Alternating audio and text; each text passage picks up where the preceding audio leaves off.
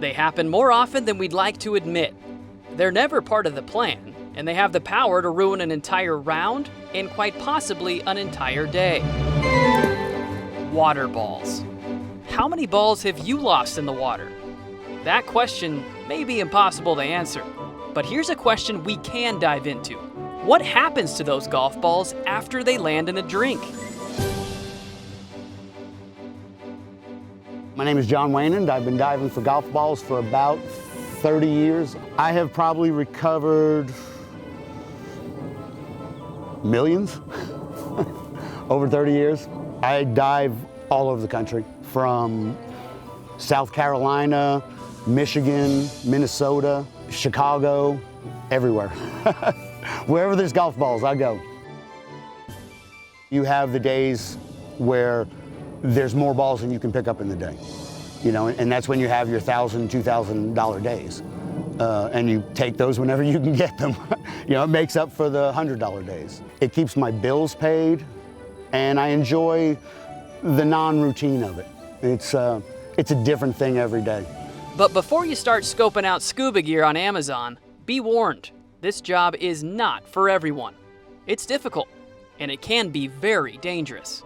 You spend your life 10 to 20 feet underwater in complete darkness with 100 pounds of golf balls strapped around your neck most of the time.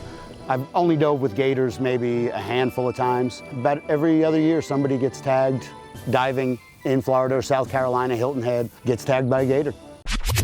About every other year somebody gets tagged by a gator. So go ahead and take that scuba gear right out of your cart. This is not for the faint-hearted. John is one of only about 100 brave divers across the country that account for step 1 in the golf ball recycling process. Once we gather up the golf balls, we take them to the factory.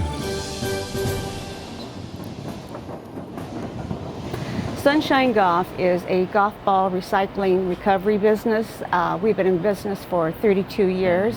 Lee Evanko and her husband Bill have owned and operated Sunshine Golf since 1987. With its headquarters located in Mesa, Arizona, the Evankos have watched Sunshine Golf become one of the largest golf ball recycling businesses in the world.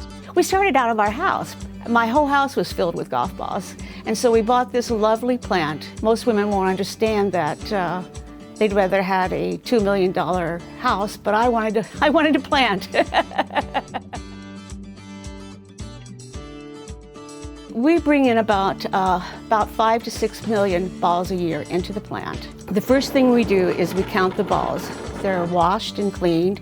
Then the balls are dried, and then they're taken into our sorting room. That's where they're graded by the brand and the quality of the balls. Basically, they're graded from an A to a D. The A's, of course, are the pearls, and the B's and the C's. It just goes down like that.